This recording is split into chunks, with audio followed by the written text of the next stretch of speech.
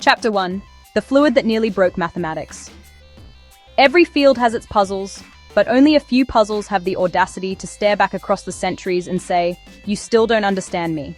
Turbulence is one of those puzzles. If you've ever watched cream curl through coffee or wind tumble through treetops, you've seen turbulence. Beautiful, chaotic, restless, and, at a deeper level, utterly defiant. For more than a century, physicists and mathematicians have tried to capture its behavior in equations simple enough to write down yet rich enough to describe a world of swirls, eddies, and cascades. They succeeded in the first task. The second remains open. Hidden inside that attempt is one of the hardest questions in modern mathematics. It is known as the Navier-Stokes existence and smoothness problem, and it is so fundamental and so resistant to progress that the Clay Mathematics Institute has offered $1 million for its resolution. The rules are simple. Take the Navier-Stokes equations, provide smooth initial data, and prove that a smooth solution exists for all future times. Or prove the opposite, that under certain conditions the solution blows up, becoming singular in finite time. Despite its modest phrasing, this problem sits at the edge of what we know about the classical world. To a physicist, the question is strangely existential. If the equations describing something as common as water flowing through a pipe can spontaneously produce infinite values, what does that say about the trustworthiness of the entire classical worldview? Are singularities telling us something true about nature? Or are they revealing a hidden flaw in the way we model it? To a mathematician, the problem is a matter of honesty. Do the equations guarantee regularity, or do they hide pathological cases? And can the tools of functional analysis, energy estimates, Sobolev inequalities, partial regularity theory, pin down the behavior of a system that seems fundamentally unwilling to be pinned? This chapter begins at that crossroads. Nothing here will solve the Millennium problem, but the tools we use to think about problems shape the progress we make on them, and the classical language of force, velocity, and pressure may not be the only way to see what is going on. Sometimes you need a different lens.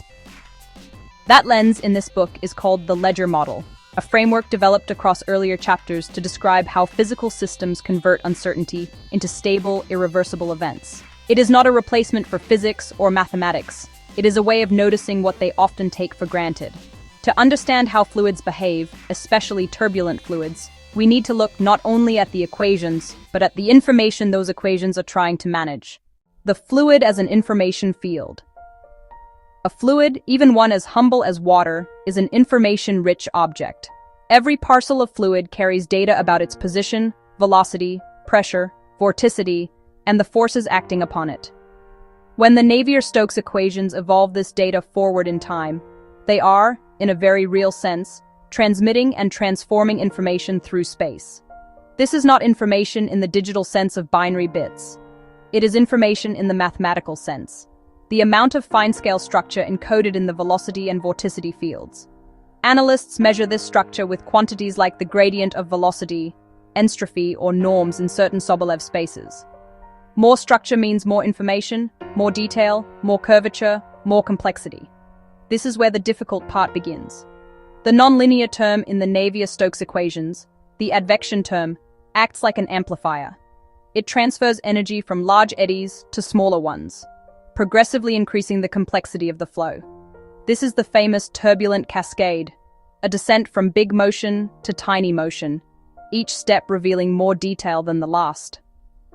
If left unchecked, this cascade seems capable of producing arbitrarily fine structure. In equations, that looks like the gradient of velocity becoming unbounded, an infinite amount of detail packed into a finite region of space and time. In physics, that would mean a fluid generating infinite energy in a tiny spot. Nature, as far as we know, does not do this. Why not? The thermodynamic cost of smoothing. The Navier-Stokes equations do have a mechanism to oppose this explosion of detail: viscosity.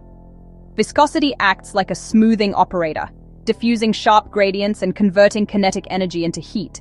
It is the universe's way of saying, this level of fine structure is too expensive to maintain.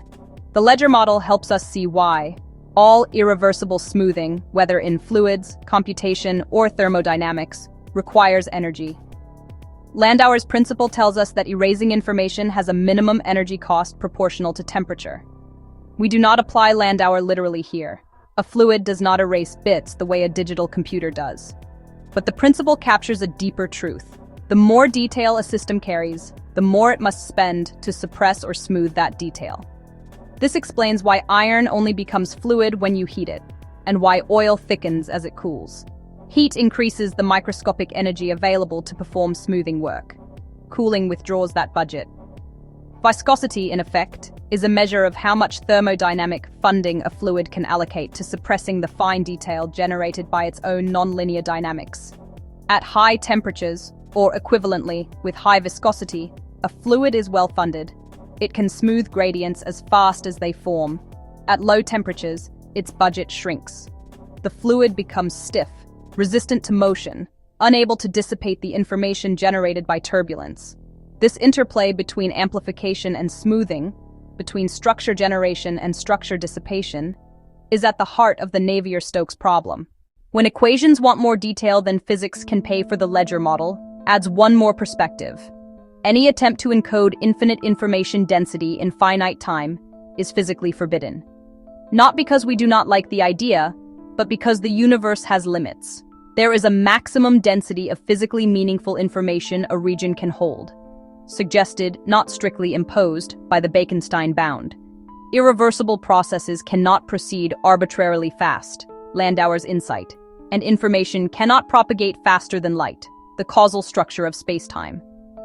A mathematical singularity in Navier-Stokes corresponds to the equations requesting more detail, more information, than the physical world can encode. This is where the gap lies. The Navier-Stokes equations assume a perfect continuum, infinite divisibility of space, unlimited capacity to form sharp gradients. The physical universe assumes none of these things. And that difference may be why fluids in nature never actually develop singularities, while fluids on paper very well might. A different strategy, not a simplistic solution. Let us be clear. This chapter and the chapters that follow do not solve the clay problem. They do not offer a proof, nor a counterexample. What they offer is a shift in frame, a way of looking at turbulence not as an arbitrary mathematical monster, but as a system governed by the interplay between information amplification, thermodynamic budget, and causal right-speed limits. This perspective sits alongside the classical analytic tools developed by Leray, Ladizhenskaya, Caffarelli, Kohn-Nierenberg, Escuriaza, Seragin-Schwerak, and many others. It is not a rival to those tools. It is an interpretive companion, one that highlights constraints that any physically meaningful solution must obey. If the Navier-Stokes problem is a locked door, this chapter is not the key. It is a drawing of the hinges and the frame, an invitation to look not just at the lock, but at the architecture of the wall that supports it.